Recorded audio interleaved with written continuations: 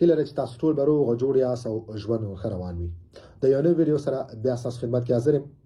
ملګرو څه وخت مخکې ما یو ویډیو جوړه کړې وه د EU لانګ ټرم ریزیډنس پرمټ په اړه باندې. هغې کې ما ویلي و چې تاسو څنګه کولی شئ چې په بل اروپایي هېواد کې په قانوني ډول باندې کار وکړئ او ژوند وکړئ. هغې دپاره یو لار دا وه چې تاسو باید EU لانګ ټرم ریزیډنس پرمټ واخلئ. نو کله چې ما دغه ویډیو جوړه کړه بیا ډېرو ملګرو دا پوښتنه وکړه چې موږ په کومو شرایطو او څنګه کولی شو چې EU لانګ ټرم ریزیډنس پرمټ واخلو. نو نن زه غواړم چې په هغو شپږو شرایطو تاسو ته معلومات درکړم، تاسو هغه شپږ شرایط وایم. که چېرې دغه شپږ شرایط تاسو برابروئ تکمیلوئ نو بیا تاسو کولی شئ چې EU لانګ ټرم ریزیډنس پرمټ ته تاسو دومان وکړی شئ. د کې ټول اولنی شرط دا دی چې تاسو باید په فرانسه کې 15 کاله قانوني ژوند تیر کړئ. قانوني ژوند نه مراد دا دی چې هغه وخت چې کله تاسو اسناد اخیستي او تاسو ته قانوني شوي یاست، یعنی د ازیل وخت کله چې تاسو ازیل کړئ او اسناد هم نه یې اخیستي، هغه ازیل وخت په دې کې نه حسابېږي. د کې هغه وخت حسابېږي چې کله تاسو ته قانوني ژوند شروع کړئ، تاسو اسناد اخیستي.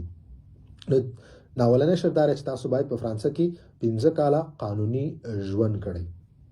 دویم دا دی چې تاسو هر کله چې دومان کوئ، دومان وخت کې باید ستاسو کاغذ سیجور کې وختي ستاسو کاغذ سیجور ایکسپایر نه وي.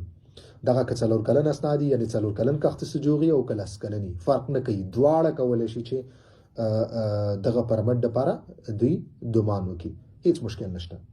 نو دا دویم شرط و.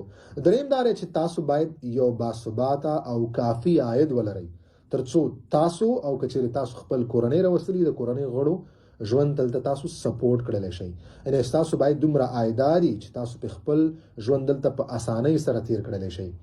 که ځان له تاسو لا ښه خبره ده، که ستاسو فامیلي نو هغه تاسو دومره عایدات لرئ چې خپل فامیل او تاسو په خپل ژوند ته په نورمال ډول باندې وړئ، نو دغومره عایدات باید تاسو ولرئ، یعنې تاسو خونخه ولرئ، کار ولرئ. دا یې دریم او ضروري شرط دی. څلورم دا دی چې باید تاسو صحي بیمه ولرئ. تاسو باید بیمه ولرئ تر څو تاسو او که تاسو د کورنۍ غړي دلته یې هغه تاسو په دغه بیمه کې کور کړلی شئ، یعنې ستاسو بیمه صحي بیمه ولرئ. څلورم، ستاسو فرانسوي باید کم سے کم آدو پورې زده وي. ستاسو سره د آدو ډیپلومي، هر کله چې تاسو دوبان کوئ تاسو باید آدو سرټیفیکیټ ولرئ او ورسره په څنګ کې تاسو CE کونډخه کړي، یعنې تاسو 4 د قانون درسونه ویلي، دغه 4 سرټیفیکیټونه هم تاسو سره وي. دا یې څلورم مهم شرط دی. پنځم، تاسو باید شپږم، تاسو باید دلته کم جرمي ریکارډ ونه لرئ. تاسو دلته کم جرم باید نه کړئ. که چېرې تاسو دغه شپږ شرایط تکمیلوئ، تاسو په دې برابر یاست، نو بیا تاسو کولی شئ چې EU لانګ ټرم ریزیډنس پرمټ لپاره تاسو دومان وکړئ. اوس دې لپاره به څنګه تاسو دومان کوئ؟ هر کله چې تاسو دا شرایط پوره کړل نو دې طریقه کار ته زه تاسو ته په بله ویډیو کې ښیم چې تاسو څنګه کولی شئ چې EU لانګ ټرم ریزیډنس پرمټ لپاره تاسو دومان وکړئ.